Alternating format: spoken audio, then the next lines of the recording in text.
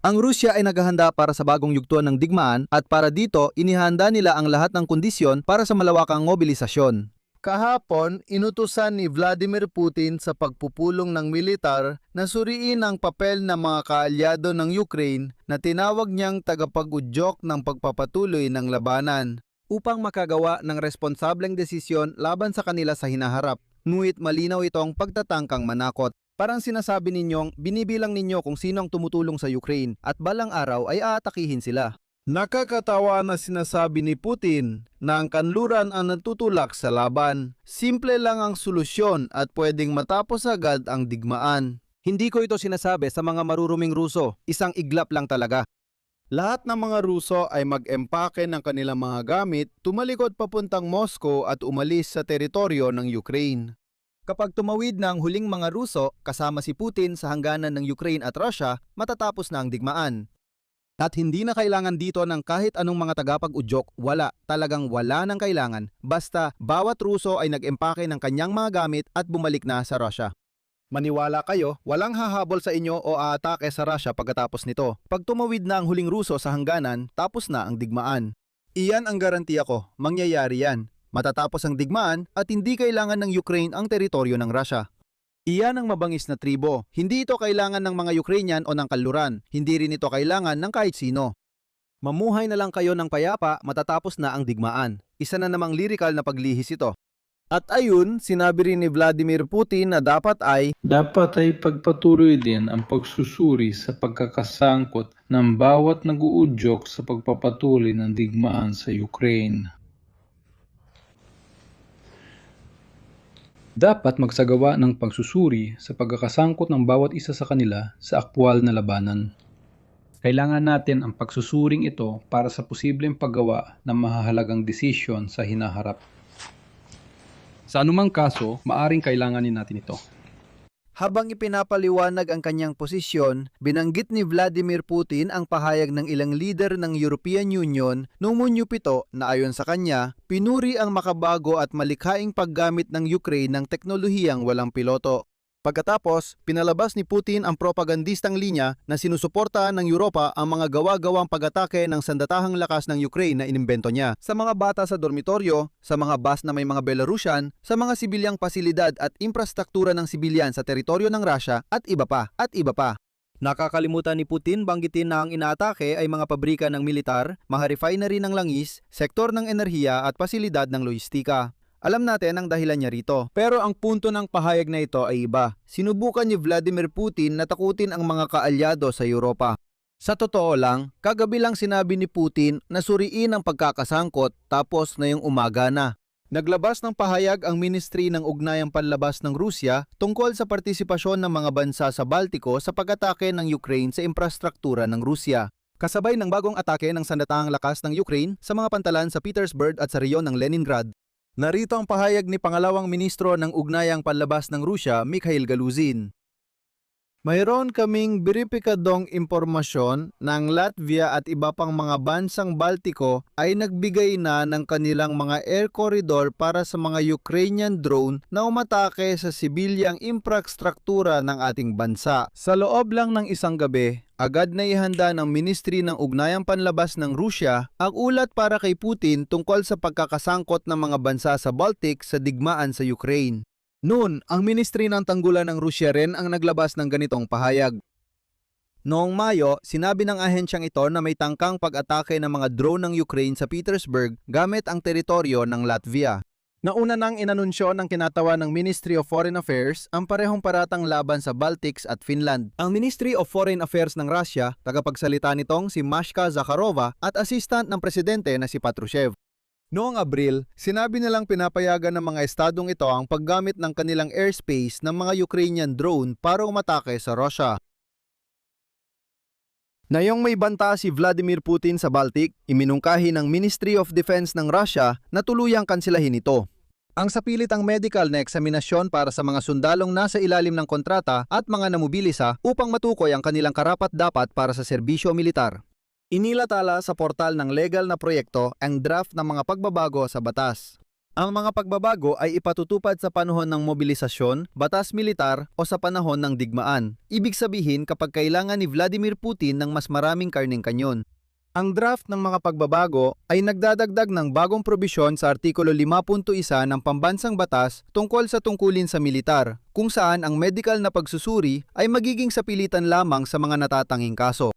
Kung ang kandidato ay may kapansanan, sugat, pinsala o concussion. Kung may mga sakit siya na dahilan para ituring siyang may limitadong kakayahang magsilbi.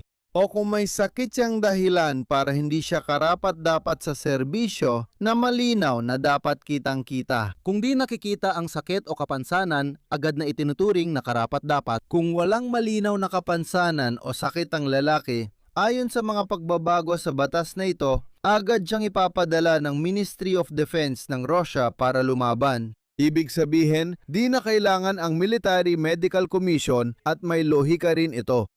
Kagabi, ayon sa mga eksperto ng New York Times, ang bagong sundalo ng hukbong Ruso sa frontlines ay maaring mabuhay ng 20 hanggang 35 minuto lang.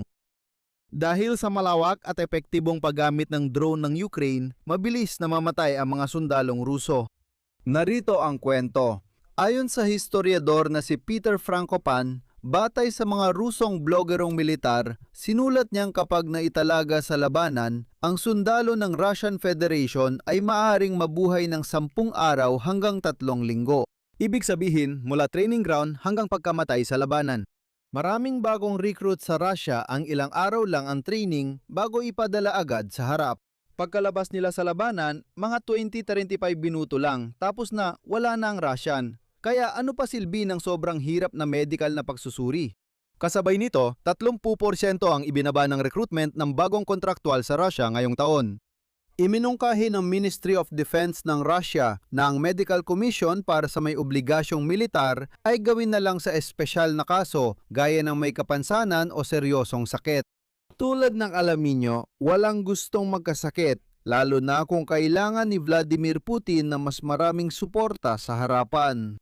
At dito, gusto mo talagang sabihin, ano pa bang ebidensya ang kailangan ninyo na talagang naghahanda ang Kremlin ng panibagong alon ng mobilisasyon kaagad pagkatapos ng eleksyon sa Setyembre? Samantala, sinalakay ng depensa ng Ukraine noong gabi ng Hulyo 4 ang oil terminal sa St. Petersburg, bayan ng diktador na si Vladimir Putin. Malaking sunog ang nagaganap doon. Sabi ni Pangulong Volodymyr Zelensky ng Ukraine, ngayong gabi gumana ang ating mga long-range sanctions laban sa Russia malapit sa Petersburg. Tinarget ng depensa ng Ukraine ang oil infrastructure sa pantala na pinagkakakitaan ng Russia para sa digmaan. Nagkaroon din ng tama sa base ng Kronstadt sa reyon ng Leningrad ng Russian Federation na isang mahalagang target militar. Ang layo mula sa pambansang hangganan ng Ukraine ay higit sa 850 kilometro. Putang ina. Editor. Papa Editor.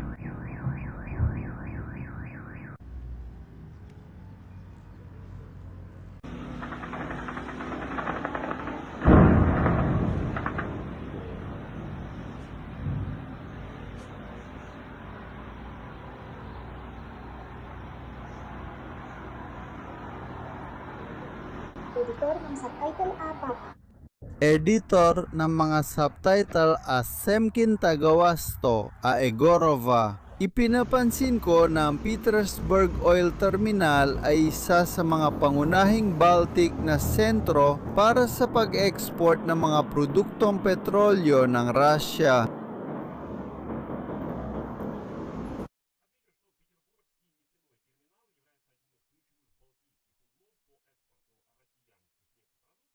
Tinitiyak nito ang pagpapadala ng mga tanker sa Africa, Gitnang Silangan at iba pang rehiyon. Ang kalakalang ito ang mahalagang pinagkukunan ng pondo para sa budget militar ng kalaban.